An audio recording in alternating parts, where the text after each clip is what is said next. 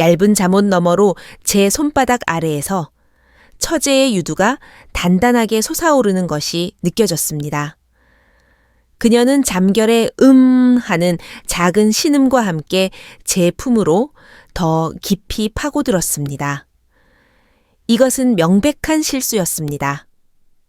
술에 취해 잠든 아내인 줄 알고 시작한 손길이었으니까요.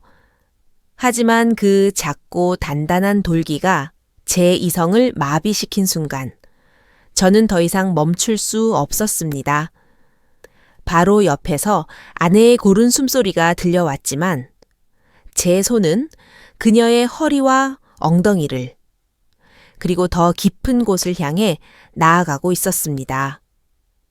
과연 그것은 정말 실수였을까요? 아니면 술 기운을 핑계 삼아 제 안에 잠들어 있던 50년의 욕망을 깨운 것이었을까요? 한 남자의 영혼을 잠식한 그날 밤, 그 위험한 손길의 끝을 함께 해 주십시오. 좋아요와 구독을 눌러주시면 매일 아침 7시에 당신의 잠을 깨울 더 새롭고 위험한 사연을 가장 먼저 만나보실 수 있습니다. 그럼 시작하겠습니다. 모든 것의 시작은 아내 지혜의 그 제안 때문이었습니다. 금요일 밤 10시가 넘어서야 저는 지친 몸을 이끌고 집으로 돌아왔습니다. 거실 소파의 넥타이를 아무렇게나 풀어 던지고 그대로 주저앉았습니다. 머릿속에서는 여전히 낮에 있었던 임원 회의의 날선 목소리들이 맴돌고 있었습니다. 50이라는 나이. 대기업 부장이라는 직함은 이제 자랑이 아니라 언제 잘려나갈지 모르는 위태로운 외줄과도 같았습니다. 샤워를 마치고 나온 아내가 그런 저를 보며 말했습니다. 여보, 주말에 다 같이 별장이나 다녀와요. 당신 요즘 회사 일 때문에 너무 힘들어 보이는데 서아도 이번에 가게 정리하고 힘들어하니까 다 같이 바람이라도 쐬고 와요. 처제 윤서아는 또 한 번의 사업 실패를 겪은 아내의 여동생이었습니다. 저는 피곤함에 대답할 기운도 없었지만 아내는 이미 모든 것을 결정한 듯 했습니다. 그렇게 알아요. 내일 아침 10시에 출발할 거니까 늦잠 잘 생각 말고 그렇게 저는 제 의사와는 상관없이 번아웃으로 너덜너덜해진 몸을 이끌고 가족여행의 운전대를 잡게 되었습니다. 꽉 막힌 도로를 뚫고 2시간을 넘게 운전해 도착한 호숫가 별장은 제 기억 속 모습 그대로였습니다. 20년은 좋게 넘었을 낡은 목조 건물, 가까이 다가가자 삐걱거리는 나무 계단과 희미한 곰팡이 냄새가 우리를 맞았습니다. 솔직히 말해 저는 이곳이 그다지 마음에 들지 않았습니다. 와, 공기 진짜 좋다 형부. 그렇죠. 제 뒤에서 차에서 내린 처제 서아가 아이처럼 팔을 벌리며 소리쳤습니다. 오랜만에 외출에 잔뜩 신이 난 모양이었습니다. 하지만 저는 그녀의 웃음 뒤에 가려진 깊은 그늘을 보았습니다. 40이라는 나이. 여자 나이 40은 어떤 의미일까 문득 그런 생각이 들었습니다. 모든 것을 새로 시작하기엔 늦었고 포기하기엔 이른 나이. 처제 얼굴에는 그 모든 불안함이 담겨 있었습니다. 어쩌면 지금의 저와 같은 처지일지도 모릅니다. 좋긴 뭐가 좋아 습하고 눅눅하기만 하구만. 제가 투덜거리자 아내 지혜가 옆에서 팔꿈치로 저를 쿡 찔렀습니다. 당신은 정말 분위기 좀 깨지 마요. 서아도 오랜만에 놀러 왔는데 알았어. 알았다고. 저는 트렁크에서 짐을 내리며 투덜거렸습니다. 제 아내 윤지혜. 46세의 나이에도 성공한 사업가로서 늘 에너지가 넘쳤습니다. 그런 아내에게 일에 치여 번아웃된 저는 아마 답답한 존재일 뿐일 겁니다. 우리는 임을 풀고 해가 지기 전에 서둘러 저녁 준비를 시작했습니다.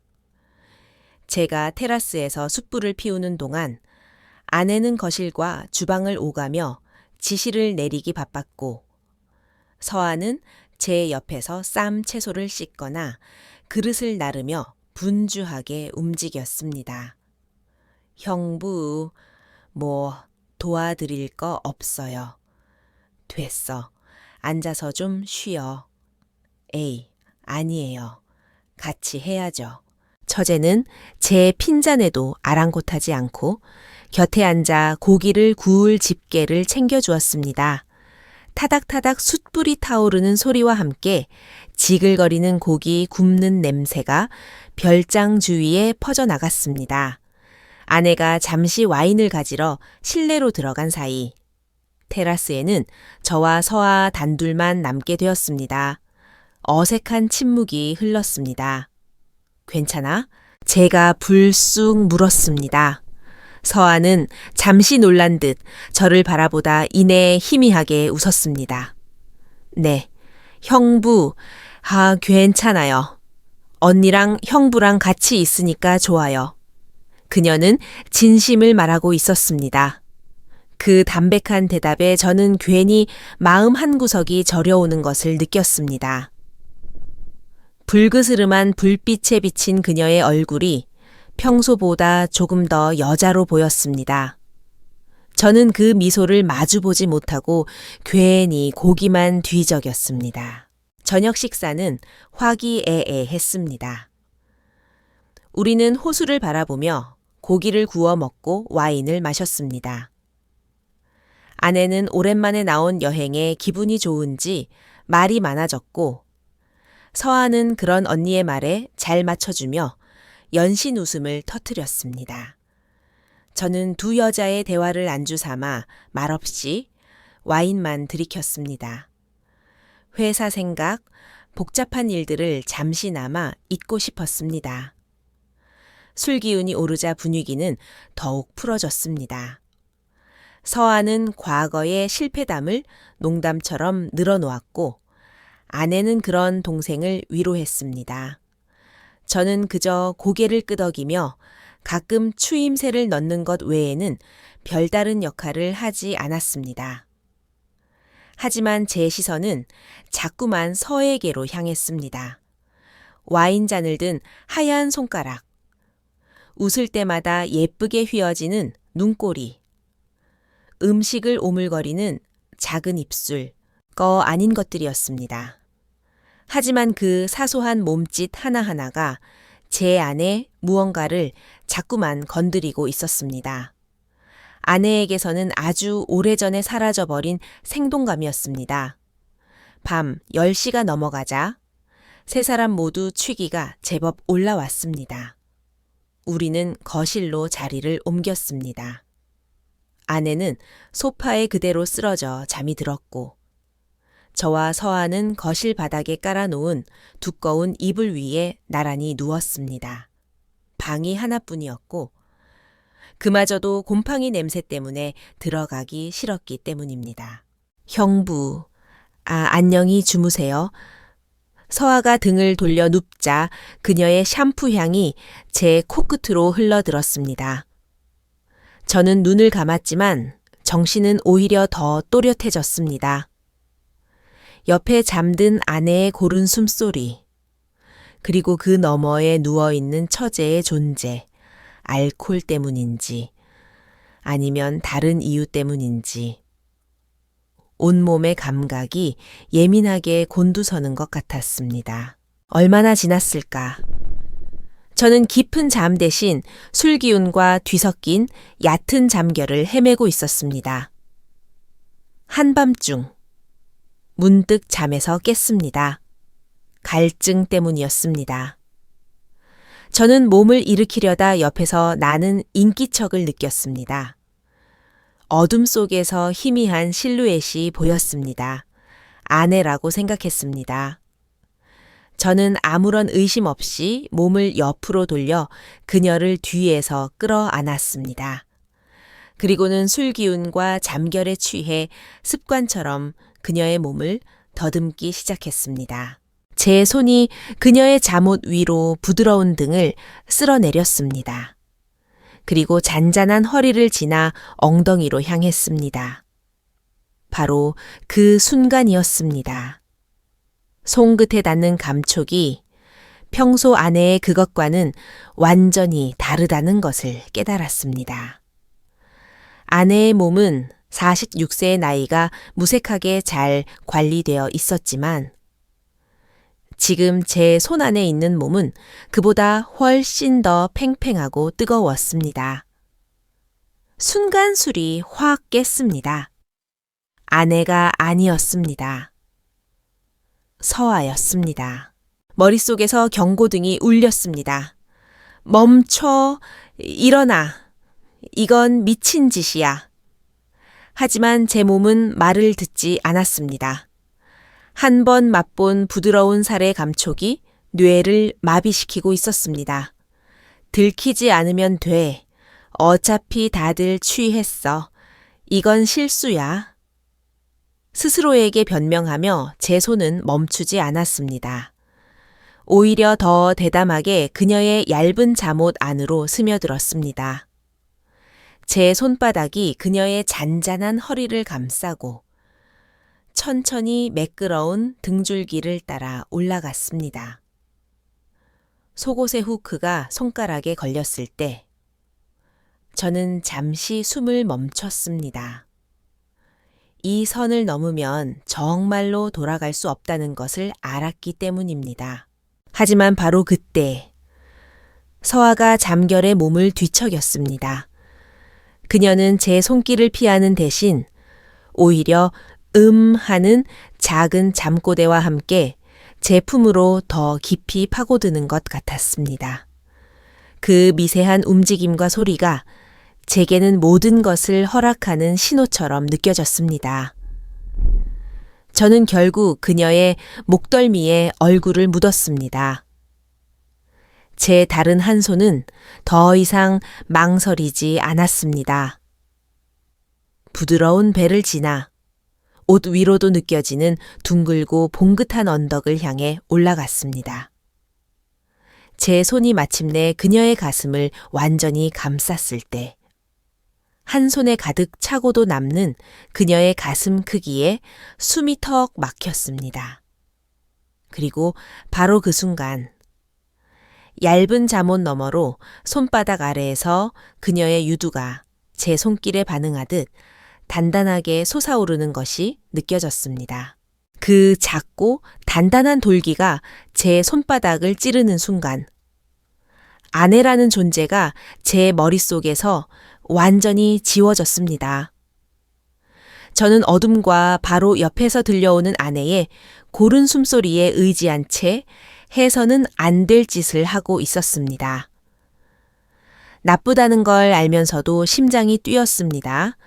지옥으로 향하는 길 위에서 아주 오랜만에 제가 살아있다는 것을 느꼈습니다. 저는 다음 날 아침 제 인생에서 가장 끔찍한 숙취와 함께 잠에서 깼습니다. 머리가 깨질 듯 아팠지만 그보다 더 저를 괴롭힌 것은 간밤의 기억이었습니다. 술 기운에 희미해질 법도 한데 제 손끝에 남아있는 처제의 부드러운 살과 제 이성을 마비시켰던 그녀의 처는 너무나도 생생했습니다. 저는 죄를 지었습니다. 그것도 바로 옆에서 아내가 잠들어 있는 동안 말입니다. 제가 먼저 일어나 도망치듯 테라스로 나갔습니다. 차가운 새벽 공기에 담배를 깊게 빨아들였지만 가슴 속 답답함은 좀처럼 가시지 않았습니다. 자욱한 안개가 호수 위를 뒤덮고 있었습니다. 마치 제 앞날을 보여주는 것 같았습니다. 얼마 후 아내 지혜가 잠에서 깨어 저를 따라 나왔습니다. 일찍 일어났네요. 속은 괜찮아요. 어젯밤에 다들 너무 과음했어. 아내의 목소리에는 어떠한 의심도 없었습니다. 그 평온함이 오히려 제 심장을 날카롭게 찔렀습니다. 그냥 머리가 좀 아파서. 아내가 해장국을 끓이기 위해 별장 안으로 들어간 후 서아도 부스스한 얼굴로 거실의 모습을 드러냈습니다. 저는 심장이 멎는 것 같았습니다. 그녀와 어떻게 얼굴을 마주해야 할지, 무슨 말을 해야 할지 머릿속이 하얘졌습니다. 서아는 저를 한번 흘깃 쳐다보더니 이내 시선을 피했습니다. 그녀의 얼굴에는 어떤 표정도 읽을 수 없었습니다. 분노인지, 수치심인지, 아니면 정말 아무것도 기억하지 못하는 것인지. 그 알 수 없음이 저를 더욱 미치게 만들었습니다. 마침 식사 시간은 그야말로 지옥이었습니다. 아내는 평소처럼 밝게 어젯밤 이야기를 꺼냈습니다. 어휴, 나 어젯밤에 어떻게 잠들었는지 기억도 안 나. 당신이랑 서아는 괜찮았어요. 아내의 순진한 질문에 저와 서아는 동시에 숟가락을 멈칫했습니다. 난 그냥 바로 잠들었어. 제가 먼저 거짓말을 했습니다. 서아는 고개를 숙인 채 밤만 깨작거리고 있었습니다. 나도? 언니, 너무 피곤했나 봐. 그녀의 목소리는 미세하게 떨리고 있었습니다. 저는 그 떨림의 의미를 필사적으로 해석하려 했습니다. 그녀는 모든 것을 기억하고 있는 걸까? 그렇다면 왜 아무런 내색도 하지 않는 걸까? 차라리 저에게 욕을 하고 뺨이라도 때린다면 마음이 편할 것 같았습니다. 하지만 그녀의 침묵은 저를 더 깊은 혼란과 불안의 늪으로 밀어넣었습니다. 식사 후 아내는 갑자기 걸려온 회사 전화에 붙들려 노트북을 켜고 거실에서 일을 하기 시작했습니다. 덕분에 테라스에는 또다시 저와 서아 단둘만 남게 되었습니다. 우리는 아무 말 없이 안개 낀 호수만 바라보았습니다. 정적이 숨 막히게 무거웠습니다. 저는 이대로는 안 되겠다고 생각했습니다. 어떻게든 그녀의 마음을 확인해야 했습니다. 저기, 서아야. 제가 어렵게 입을 열었습니다. 네, 형부. 어젯밤에 내가 술에 너무 취해서 혹시 실수한 거 없었나?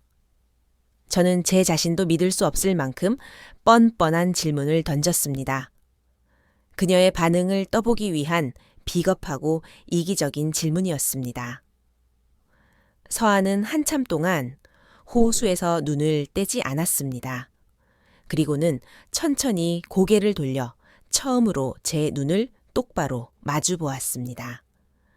그녀의 눈빛은 여전히 읽을 수 없었습니다. 하지만 그 안에는 원망이나 경멸 대신 무언가 다른 감정이 담겨 있는 것 같았습니다. 그녀는 잠시 제 눈을 피하며 다시 안개 낀 호수로 시선을 돌렸습니다. 그리고는 마치 혼잣말을 하듯 나지막이 말했습니다.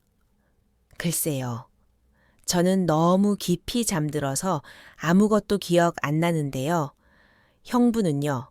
아무것도 기억나지 않는다. 그 말의 의미를 저는 단번에 알아차렸습니다.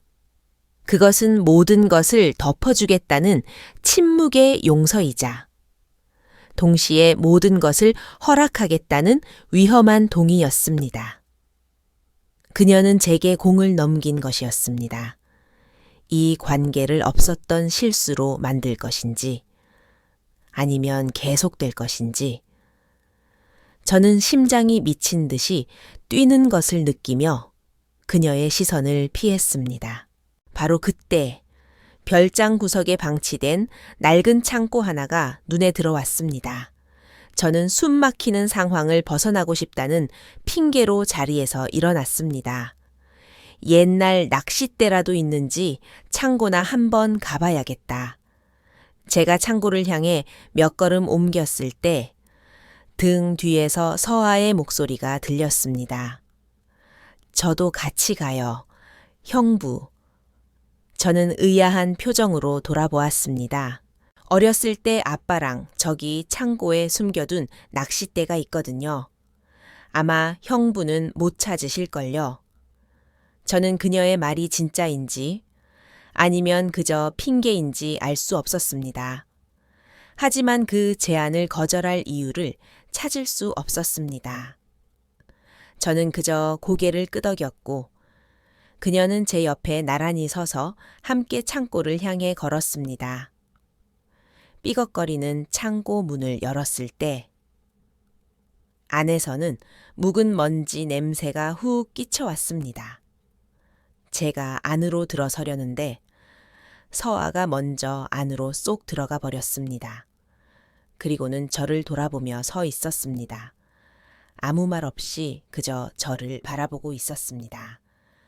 저는 그 침묵이 분노도 용서도 아닌 어쩌면 그보다 더 위험한 무언의 초대일지도 모른다고 생각했습니다. 저는 삐걱거리는 창고 문을 열고 안으로 들어섰습니다. 안에서는 수십 년은 묵었을 법한 묵은 먼지 냄새와 낡은 나무 냄새, 그리고 희미한 물비린내가 섞여 훅 끼쳐왔습니다. 제가 안으로 들어서자 낡은 나무 문이 저절로 닫혔습니다. 순식간에 어둠에 휩싸였습니다. 유일한 빛이라고는 낡은 창문 틈으로 간신히 비집고 들어오는 희미한 안개 속 햇살뿐이었습니다. 어둠 속에서 우리는 서로의 숨소리만을 길잡이 삼아 마주보고 서 있었습니다. 낚싯대 어디 있는데 제가 떨리는 목소리로 물었습니다. 제 목소리가 어둠 속에서 유난히 크게 울리는 것 같았었습니다. 글쎄요, 묵은 오래돼서 저도 찾아봐야 알 것 같아요. 서아의 목소리는 이상할 만큼 차분했습니다. 그녀는 대답과 함께 제게로 한 걸음 더 다가왔습니다. 이제 우리 사이의 거리는 한 뼘도 채 되지 않았습니다. 어둠 속에서 그녀의 샴푸 향이 제 코끝을 아찔하게 파고들었습니다. 저는 그녀의 얼굴을, 어깨를, 그리고 그 아래의 모든 것을 갈망하고 있었습니다.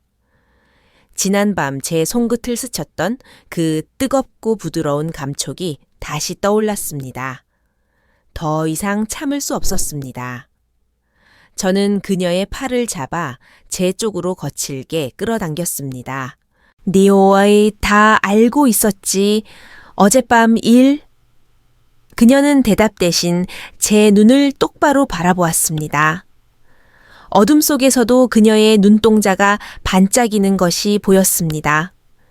그것은 모든 것을 알고 있다는 침묵의 긍정이었습니다. 저는 더 이상 질문하지 않았습니다. 대신 그녀의 턱을 부드럽게 들어 올리고 그대로 입을 맞췄습니다. 지난밤의 일방적인 탐색과는 달랐습니다. 이번에는 그녀도 저를 원하고 있었습니다. 그녀의 혀가 제 입 안으로 들어와 저를 휘감았습니다. 우리는 마치 오랫동안 굶주렸던 짐승처럼 서로의 타액을 탐했습니다. 저는 그녀를 안아들어 먼지 쌓인 낡은 평상 위에 눕혔습니다. 그리고는 그녀의 옷을 벗기기 시작했습니다. 그녀 역시 제 셔츠의 단추를 서툴게 풀었습니다. 희미한 빛이 들어오는 창문으로 아내가 있는 별장이 작게 보였습니다.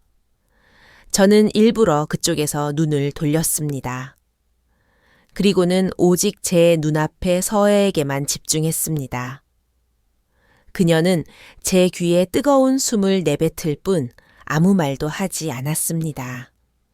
저는 그것이 더 좋았습니다. 저는 완전히 이성을 잃었습니다. 저는 그녀의 부드러운 가슴에 얼굴을 묻고 그 젊음의 향기를 깊게 들이마셨습니다. 제 손은 그녀의 잘록한 허리를 지나 풍만한 엉덩이를 움켜쥐었습니다. 그녀는 제 허리를 다리로 감싸 안았습니다. 저는 더 이상 주저하지 않고 제 뜨거운 욕망을 그녀의 가장 깊고 은밀한 곳으로 밀어 넣었습니다. 그녀의 짧은 신음과 함께 제 것이 그녀의 좁고 뜨거운 내벽을 가르며 들어가는 감각이 온몸으로 퍼져나갔습니다. 아내에게서는 단 한 번도 느껴보지 못했던 숨 막히는 쪼임이었습니다. 그 순간 저는 온전히 그녀의 것이 되었습니다. 우리는 서로의 이름을 부르며 삐걱거리는 평상 위에서 하나가 되었습니다. 아내가 잠든 별장을 바라보며 나누는 정사는 우리를 완벽한 공범으로 만들어 주었습니다. 모든 것이 끝나고 우리는 한참 동안 서로를 끌어안은 채 숨을 골랐습니다. 정적이 흘렀습니다. 하지만 그것은 더 이상 어색한 침묵이 아니었습니다. 모든 것을 공유한 두 사람만이 나눌 수 있는 편안하고 나른한 침묵이었습니다.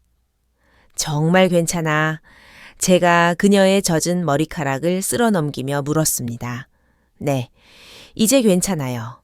서아가 제 품에 안겨 대답했습니다. 그녀의 목소리에는 더 이상 지난밤의 불안한 떨림이 없었습니다. 창고 문을 열고 밖으로 나왔을 때 안개는 아침보다 조금 걷혀 있었습니다. 하지만 제 마음속의 안개는 이제 막 더 짙어지기 시작한 참이었습니다. 우리는 이제 공범이었습니다. 돌아갈 수 없는 강을 함께 건너버린 것이었습니다. 별장으로 돌아가는 길, 우리는 아무 말도 하지 않았습니다. 하지만 더 이상 어색하지 않았습니다. 그 자리에는 아무도 알아서는 안 될 비밀을 공유한 두 사람, 특유의 짜릿하고 위험한 연대감이 자리 잡고 있었습니다. 저는 흘기 서아의 옆모습을 훔쳐보았습니다. 그녀는 제 시선을 느꼈는지 저를 돌아보며 살짝 웃었습니다. 그 미소의 의미를 이제 저는 명확하게 알 수 있었습니다. 우리가 별장으로 돌아왔을 때 아내 지혜는 여전히 노트북에 코를 박고 있었습니다. 그녀는 우리를 보지도 않고 말했습니다. 두 사람 어디 갔다 와, 서아. 너는 형부랑 같이 있는 거 아니었어. 형부가 창고에 낚싯대 있다 해서 같이 찾아봤어. 서아는 아무렇지 않게 너무나도 태연하게 거짓말을 했습니다. 저는 그 모습에 감탄하면서도 한편으로는 등골이 서늘해졌습니다. 우리는 이제 한 팀이었습니다. 아내를 완벽하게 속여야만 하는 배신자들의 팀. 찾았어. 그럼 이따 오후에 낚시라도 하던가. 난 일 좀 마저 해야겠네. 아내는 우리의 거짓말에 아무런 의심도 하지 않았습니다. 저는 아내의 그 무심함이 고마우면서도 동시에 비참한 기분이 들었습니다. 그날 점심, 우리는 남은 고기와 아내가 끓인 김치찌개로 식사를 했습니다. 식탁의 분위기는 겉보기에는 평화로웠습니다. 하지만 식탁 밑에서는 제 발이 서아의 발을 장난스럽게 건드리고 있었습니다. 그때마다 서아는 저를 쏘아보며 웃음을 참았고 저는 그 아슬아슬한 긴장감을 즐기고 있었습니다. 오후가 되자 아내는 피곤하다며 낮잠을 자러 방으로 들어갔습니다. 거실에는 또다시 저와 서아 단둘만 남게 되었습니다. 언니 잠들었어요. 서아가 제게 먼저 속삭였습니다. 알아, 우리 산책 갈까? 그녀가 말한 산책이 정말 산책을 의미하는 것이 아니라는 것을 저는 알고 있었습니다. 저는 말없이 고개를 끄덕였습니다. 우리는 조용히 별장을 빠져나와 호숫가를 따라 이어진 숲길로 들어섰습니다. 며칠 전 내린 비로 숲은 짙은 흙냄새와 풀냄새로 가득했습니다. 우리는 아무도 없는 숲을 한참 동안 걸었습니다. 그러다 커다란 나무가 시야를 가려주는 외딴 곳에 이르렀을 때 제가 먼저 걸음을 멈추고 서아를 끌어안았습니다. 그녀는 기다렸다는 듯 제 품에 안겼습니다. 우리는 숲의 정적 속에서 서로의 숨소리만을 들으며 깊게 입을 맞췄습니다. 저는 그녀의 옷 안으로 손을 넣어 부드러운 살결을 어루만졌습니다.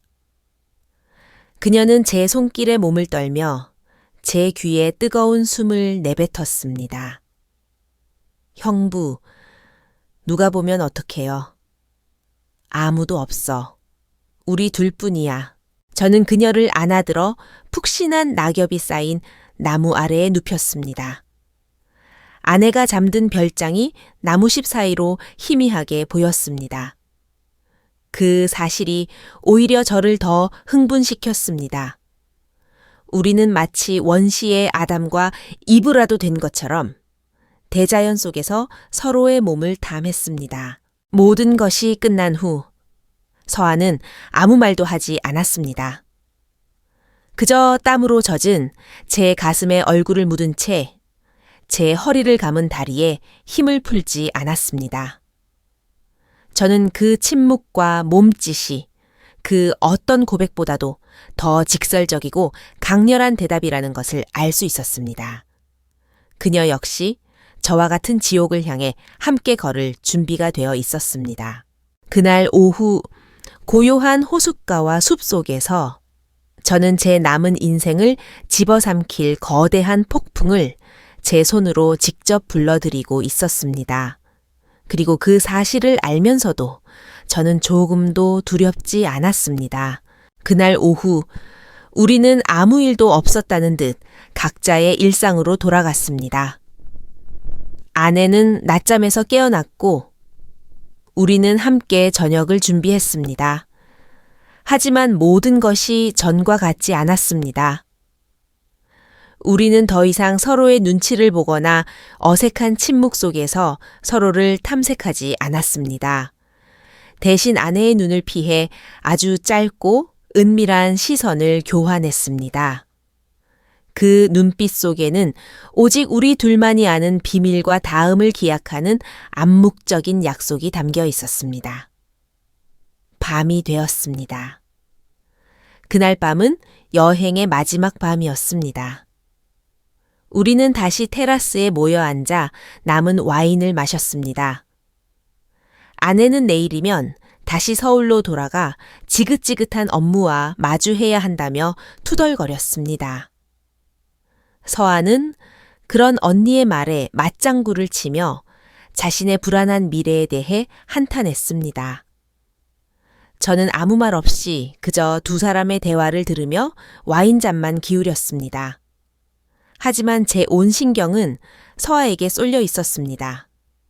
그녀가 와인잔을 잡기 위해 손을 뻗을 때 얇은 가디건 아래로 드러나는 어깨선, 그녀가 웃을 때마다 가늘게 떨리는 목, 그리고 테이블 아래에서 제 다리를 스치고 지나가는 그녀의 발끝, 그 모든 것이 제게는 노골적인 신호로 느껴졌습니다. 그녀 역시 저와 같은 것을 원하고 있다는 신호 말입니다. 그날 밤도 우리는 전날 밤과 마찬가지로 거실 바닥에 나란히 누워 잠을 청했습니다. 저는 일부러 아내 옆자리에, 그리고 서아는 그 건너편에 자리를 잡았습니다. 하지만 잠들기 전 어둠 속에서 우리는 서로의 시선이 마주치는 것을 느꼈습니다. 그리고 저는 입 모양으로만 그녀에게 속삭였습니다. 내일 새벽에 호숫가에서 서아는 아무런 대답도 움직임도 없었습니다. 하지만 저는 알 수 있었습니다. 그녀가 제 말을 똑똑히 들었다는 것을. 다음 날 새벽 5시쯤 저는 아내가 깊이 잠든 것을 확인하고 조용히 이불 밖으로 나왔습니다. 현관문을 열자 차갑고 축축한 새벽 공기가 제 온몸을 감쌌습니다. 호수는 어제보다 더 짙은 안개에 휩싸여 있었습니다. 마치 세상과 이곳을 완전히 분리해 놓은 거대한 커튼 같았습니다. 저는 호숫가의 작은 선착장으로 향했습니다. 그리고는 낡은 나무 의자에 앉아 안개 너머를 바라보며 그녀를 기다렸습니다. 5분, 10분, 시간이 흘러도 그녀는 나타나지 않았습니다. 제가 잘못 생각한 걸까? 그녀가 제 제안을 거절한 걸까? 초조한 마음에 담배를 꺼내 물려는 순간이었습니다. 형부, 안개 속에서 유령처럼 서아가 나타났습니다. 그녀는 얇은 잠옷 위에 가디건 하나만 걸친 채였습니다. 맨발이 축축한 흙 위에서 차갑게 느껴졌습니다. 잠이 안 와. 제가 떨리는 목소리로 물었습니다. 형부도요? 그녀는 제 옆에 다가와 앉았습니다. 우리는 아무 말 없이 안개에 잠긴 호수를 바라보았습니다. 세상은 고요했고 오직 우리 두 사람의 숨소리만이 들리는 것 같았습니다. 제가 먼저 침묵을 깼습니다. 후후의 해, 지난 이틀간의 모든 일을 함축한 질문이었습니다. 서아는 대답 대신 제 손을 잡았습니다. 그녀의 손은 차가웠지만 저를 잡는 악력은 단호했습니다. 여기 있잖아요. 지금 그것으로 충분했습니다. 저는 그녀의 손을 끌어당겨 제 품에 안았습니다. 그녀의 차가운 몸이 제 천에 녹아드는 것이 느껴졌습니다. 안개 속에서 우리는 현실의 경계를 완전히 잊었습니다. 아내도, 세상도, 죄책감도 모두 저 희미한 안개 너머로 사라졌습니다. 오직 서로의 청과 숨소리만이 우리가 살아있다는 유일한 증거였습니다. 우리의 입술이 다시 한번 포개졌습니다. 이번에는 실수도 탐색도 아니었습니다. 서로의 외로움과 상처를 확인하고 그것을 서로의 몸으로 위로하는 지독하고도 순수한 행위였습니다. 저는 그녀의 가디건을 벗기고 차가운 새벽 공기 속에 드러난 그녀의 하얀 몸을 끌어안았습니다. 그녀의 부드러운 가슴이 제 맨 가슴에 닿는 순간 저는 참을 수 없는 전율을 느꼈습니다. 우리는 선착장에 차갑고 축축한 나무 바닥 위에 그대로 누웠습니다. 안개가 이불이 되고 새벽의 정적이 음악이 되었습니다. 저는 그녀의 모든 것을 탐했고 그녀 역시 저의 모든 것을 받아들였습니다. 그녀의 다리가 제 허리를 감쌌을 때 저는 지난 50년에 제 인생이 바로 이 순간을 위해 존재했던 것만 같다는 미친 생각을 했습니다. 이것은 명백한 배신이었습니다. 하지만 동시에 제 인생의 유일한 구원이었습니다. 해가 떠오르고 있었습니다. 안개가 걷히자 아내가 잠든 별장의 모습이 선명하게 보였습니다. 우리는 아무 말 없이 조금 거리를 둔 채 별장을 향해 걸었습니다. 그녀의 몸에서 느껴졌던 뜨거운 온기는 아직 생생한데 우리는 다시 형부와 처제라는 이름 뒤로 숨어야만 했습니다. 별장 현관문이 가까워질수록 제 발걸음은 천근망은 무거워졌습니다. 그날 이후 우리의 짧고 위험했던 일탈은 끝이 났습니다. 서울로 돌아오는 2시간 내내 우리 사이에는 아무런 대화도 없었습니다.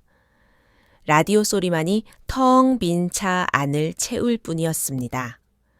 저는 그녀를 집 앞에 내려주었고 그녀는 제게 가볍게 목례를 했습니다. 들어가 봐, 형부. 운전 조심하세요.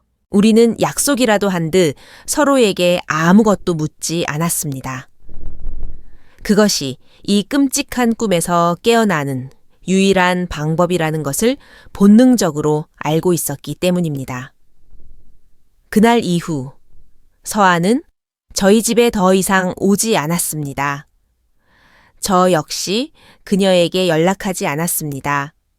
그렇게 시간은 흘렀습니다. 어느새 계절이 2번 바뀌고 1년이라는 시간이 지났습니다.